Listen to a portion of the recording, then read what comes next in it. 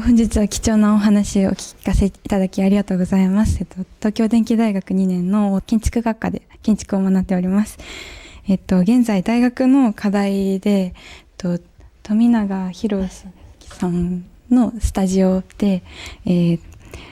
本の伝統工芸に関わる建築物を設計しているのですが、日本の伝統工芸もだんだんと後継者が少なくなってきてしまっていて、なんか人々の身近なものからどんどん離れていっているように感じるのですが、日本の文化を建築の面でどのように継承していけるのかお聞かせいただきたいなと思ってすごい優等生的な質問だなそれはね、本当にその伝統文化伝統工芸なんかの壊滅的な状況はひどいんだけど、中でも一番ひどいのは大工さんのなり手がないってことらしいね。その大工さんはやっぱり木造の大工さんってもうほとんどにどこにでもいたわけで、もう一番普通のその仕事のあり方だったんだけどさ、今もうなり手が全くいなくなっちゃっていて、ひどいありさまになっていて、このままだと僕はその木の骨組みで家を作るっていう一番基本的なことできる人がいなくなっちゃうと、後の伝統工芸なんかもうそれがない、その骨組みがないとさ、その上に伝統工芸つけていけないわけだからさ、それが一番やばいと思ってて、だからそれを彼らをやる気にさせるように建築を面白くしていかなきゃいけないなと思っていて、建築ってやっぱデザイナーってすごく発信力があるからさ、面白い建築を作って、それも例えば木で面白い建築作って、そういう人間をやる気にさせればさ、そ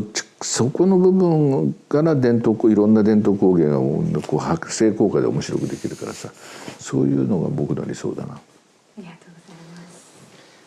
同じく東京電機大学未来科学部建築学科2年です。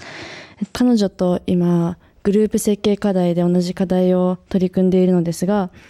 日本の伝統技術を継承していく上で、日本人の需要よりも外国人の需要の方が今高まっているのが現状なのかなと思うのですが、日本人にも継承していくためにはどのような取り組みが必要だと考えていますか？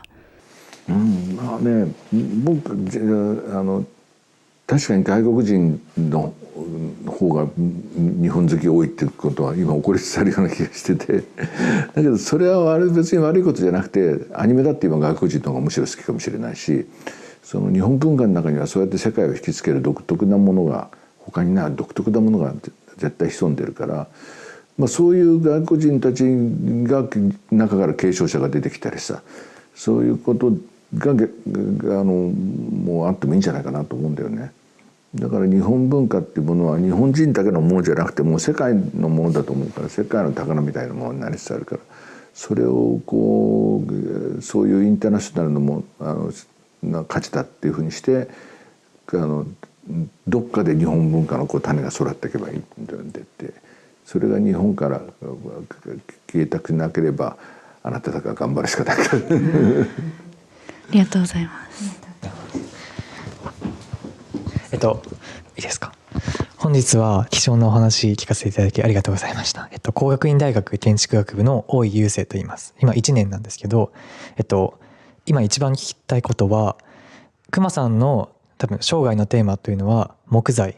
木ということだと思うんですけど、もしその次の何か隈さんの次、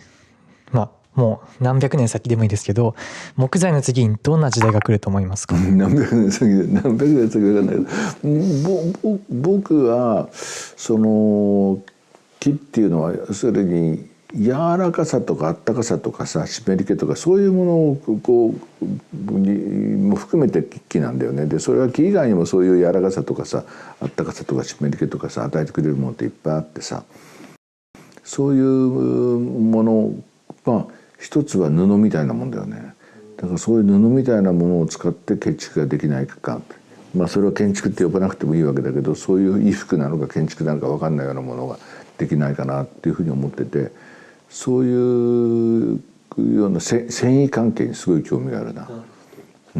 だからうちの会社の中にはそういうこう繊維のこと専門にやってるやつもいてさ、うちの設計する建物の中のカーテンだとか、あるいはそのソファーの布地とかさ、そういうことで新素材をいろいろ発見してきて、で繊維ってめちゃめちゃ面白いからって、それに強いわけだよ実は。だからカーボンファイバーなんて僕も使ってどんどん建築に取り入れてるけど、そっちの方向により柔らかいものによりあったかいものにっていうふうに僕の関心は向かってますね。ありがとうございます。じゃあ将来もしかしたら布の建築が布の建築もうあるよ、いくつか僕の手で。あ、そうなんですか。ちょっ